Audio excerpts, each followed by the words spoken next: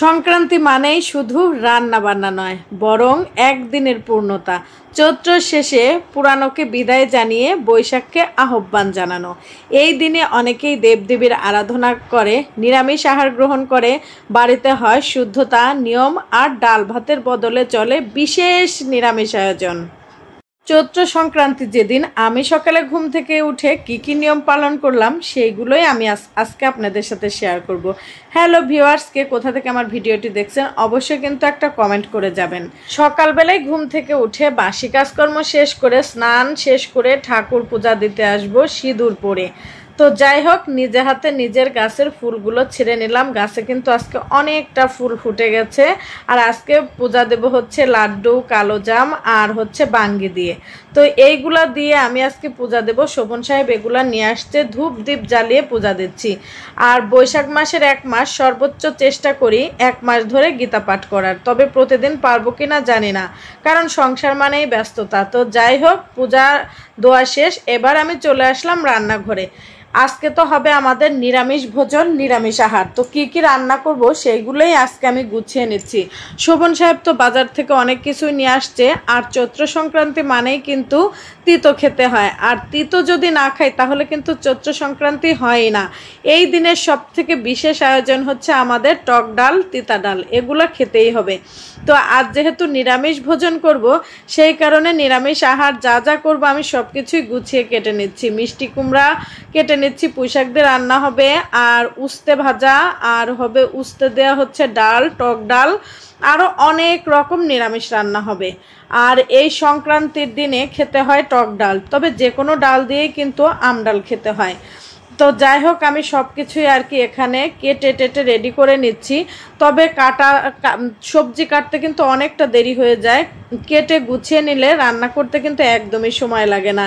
তো যাই হোক, টুকিটাকি করে কাটতে কাটতে এখানে অনেক আইটেম হয়ে গেছে, প্রায় 8-9 আইটেম। সব কিছুই আমি আপনাদের সাথে শেয়ার করব আজকে নিরামিষ ভোজনে যা যা থাকছে। মিষ্টি কুমড়া দিয়ে পুঁই শাক, মিষ্টি কুমড়ার বিচি ভাজা থেকে শুরু করে তারপরে হচ্ছে উস্তা ভাজি, অনেক কিছু। তো যাই হোক, সব কিছুই আমি রান্না শেষে আপনাদের সাথে শেয়ার করব। আর যখনই আমি মিষ্টি কুমড়া রান্না করি না কেন, তখনই আমি হচ্ছে মিষ্টি কুমড়ার চাকটা ভেজে নেই। মিষ্টি কুমড়ার চাক ভাজিটা তো আমার কাছে ভীষণ পছন্দ। তো যাই হোক, 2 রকমের ডাল করে ফেললাম, আম ডাল আর হচ্ছে উস্তা ডাল। মিষ্টি কুমড়া দিয়ে পুঁই শাক, অনেক কিছুই দেখতে দেখতে নিরামিষ রান্না করে ফেলছি। এদিকে বাড়িতে সেভাবে নিরামিষ তো খাওয়াই হয় না। যখন আমি ডাল সম্বরা দিতে যাই আমার ভীষণ ভয় লাগতেছিল। যখনই ডাল সম্বরা দেই মনে হয় যে ছিটে এসে আমার গায়ে পড়ে। তবে রান্না বান্না যখনই করি আমি খুব তাড়াতাড়ি করলেও সাবধান মতোই কাজ করে নেই। 2 হাতে কাজ করলে 2 চুলায় রান্না করলেও নিজের শরীরের দিকেও খেয়াল রাখতে হয়। হঠাৎ বলা যায় না, যদি হাত পুড়ে যায়। তো রান্না বান্না আমার এখন শেষ। আমি এখন সিদ্ধ ডালটা মাখিয়ে নিচ্ছি। যখনই আমি ডাল রান্না করি কাঁচা সরিষার তেল আর কাঁচা মরিচ দিয়ে, লবণ দিয়ে আমার কাছে এই ডাল ভর্তাটা ভীষণ ভালো লাগে।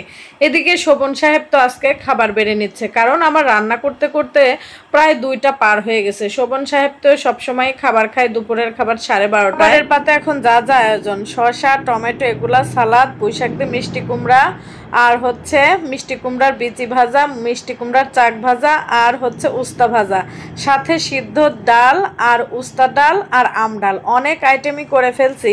সব কিছুই দেখতে কিন্তু ভীষণ ভালো লাগছে। খাবারের পাতে যদি সব কিছু এভাবে গুছিয়ে দেওয়া যায় খেতে কিন্তু খুবই রুচিশীল লাগে। তো সব কিছু আজকে রান্না বান্না করলাম, এখন আমরা খাবার খেয়ে নেব। ভাবছি বিকেল বেলা একটু ঘুরতে যাব। আজকে তো সবার পহেলা বৈশাখ, তবে বাংলায় পঞ্জিকা অনুসারে আজকে হচ্ছে আমাদের সংক্রান্তি, আর সবারই পহেলা বৈশাখ। তো ভাবছি পহেলা বৈশাখটাও পালন করে ফেলি। সারাদিন তো নিরামিষ রান্না বান্না খেলাম, বিকালবেলা চলে যাব ঘুরতে, সবার সাথে আনন্দ ভাগাভাগি করতে। আর যেদিন তারপরের দিন যেহেতু পহেলা বৈশাখ আমাদের, সেদিন তো আমাদের অফিস খোলা, সেভাবে আমরা যে আনন্দ করব সে সময়টাও হবে না। চৈত্র সংক্রান্তি কিন্তু শুধু নিরামিষ খাবার নয়, ভালোবাসা ভাগ করে নেওয়ার। নিরামিষ এই পদগুলো যেন মায়ের হাতের বানানো আদরের ঝোল ভাত। চৈত্র সংক্রান্তি আমাদের মন করিয়ে দেয় শুদ্ধতা, ঐতিহাস্য আর হচ্ছে উৎসব। সব একসাথে থাকলে তবেই জীবন পরিপূর্ণ হয়। আপনাদের বাড়ির চৈত্র সংক্রান্তির বা নিরামিষ আয়োজনের কোন পদটা আপনারা করছেন, আর আমার বাড়ির চৈত্র সংক্রান্তির কোন পদটা আপনাদের কাছে ভালো লেগেছে অবশ্যই কিন্তু কমেন্ট করে জানাবেন। যারা এখনও পেজটি ফলো দেন নাই অবশ্যই পেজটি ফলো দিয়ে লাইক কমেন্ট করে পাশেই থাকবেন। Tata and take care.